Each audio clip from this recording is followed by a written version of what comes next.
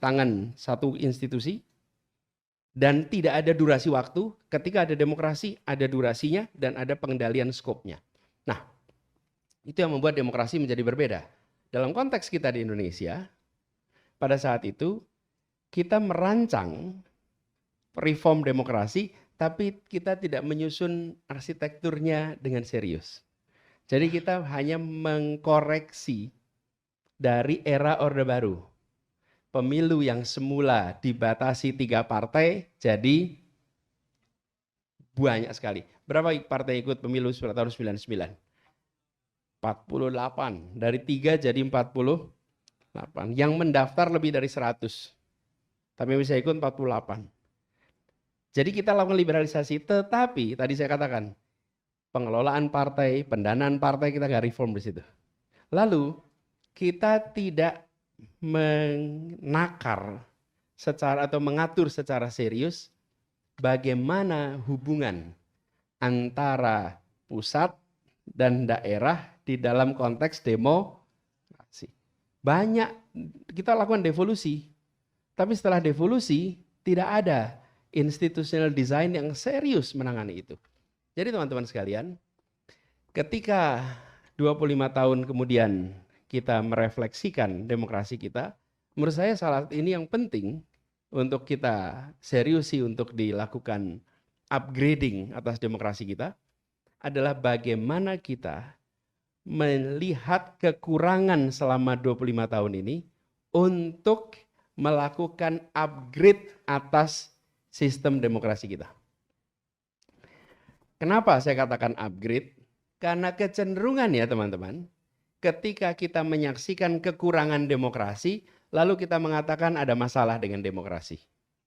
Kita harus bergeser ke pendekatan yang lebih otoriter. Nah, pendekatan lebih otoriter, saya dengar beberapa pejabat merujuk Tiongkok. Coba lihat di Tiongkok gitu. Sistem satu partai, non-demokrasi, ekonomi maju. Itu namanya cherry pick. Cherry pick itu apa ya? Cherry pick itu apa? Milih contoh. Milih contoh. Kenapa contohnya nggak Korea Utara? Lah iya, itu kan juga non-demokrasi, bukan? Kenapa nggak contohnya Myanmar? Loh, Myanmar juga bukan demokrasi. Jadi kalau mau ngasih contoh non-demokrasi, jangan hanya Tiongkok. Ada Myanmar, ada Korea Utara, ada Kuba. Ada banyak contoh-contoh non-demokrasi, non-performing. Tapi kita sudah menyaksikan, teman-teman, dalam perjalanan umat manusia 350 tahun terakhir ini di seluruh dunia, bangsa-bangsa yang berhasil melakukan reform sehingga mencapai kesejahteraan ekonomi dan kemandirian secara politik yang sehat adalah satu, cirinya nih, satu, dia mengadopsi sistem pasar dengan segala macam regulasinya. Yang kedua, dia mengadopsi sistem demokrasi yang menghargai pada kebebasan. Yang ketiga, dia memberikan serius investasi pada pengembangan kualitas manusia. Yang keempat, dia menyiapkan sistem jaminan sosial yang komprehensif. Yang kelima, dia menyiapkan satu sistem pengelolaan tenaga kerja yang komprehensif. Ini contoh. Itu ada bukunya, teman-teman. Kalau teman-teman mau lihat nanti, kalau nggak salah namanya social market capitalism.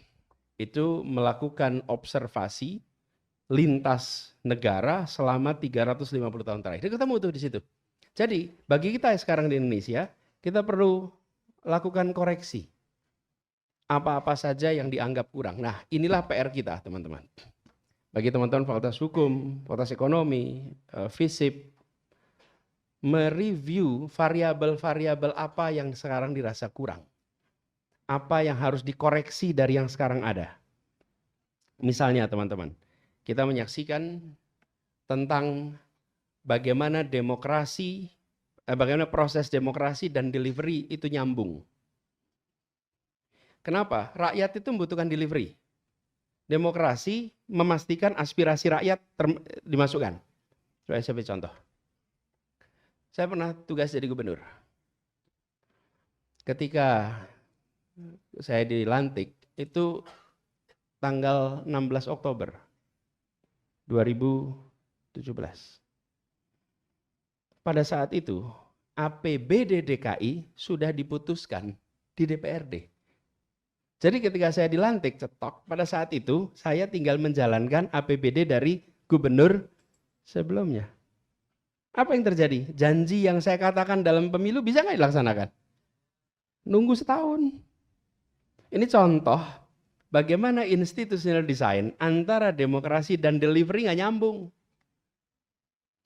Kenapa? Karena kita pada saat reform 99 tidak mengubah aspek ini.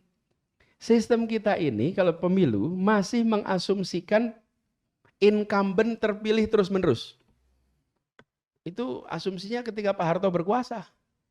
Ada pemilu tapi untuk memilih yang sedang memegang kewenangan.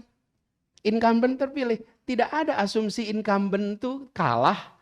Lalu kalau incumbent kalah, nasional. Sama. Pemilunya kapan? Digeser bulan Februari tanpa menghitung soal delivery. Kalau itu, seperti contoh nih, Pilpres bulan Februari, dilantik Oktober, kemudian nota anggaran untuk tahun depan dimasukkan kapan?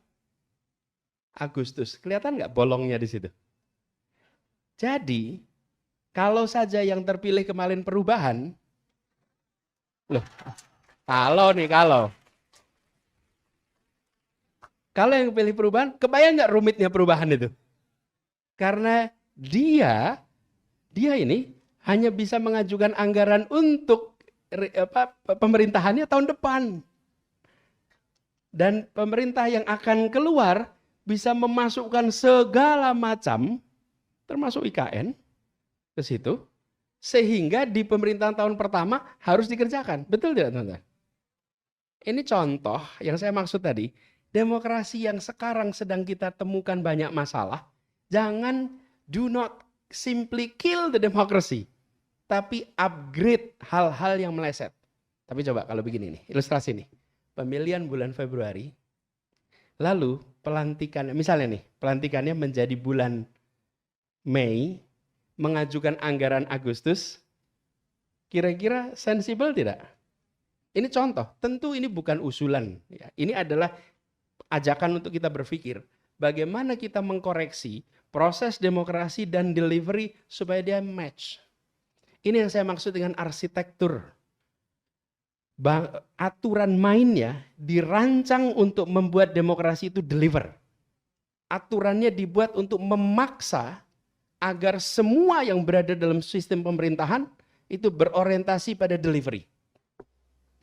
Nah, begitu juga dengan pemerintah daerah. Teman-teman, ini pemerintah daerah lebih kasihan lagi. Karena baru dilantik bulan Februari.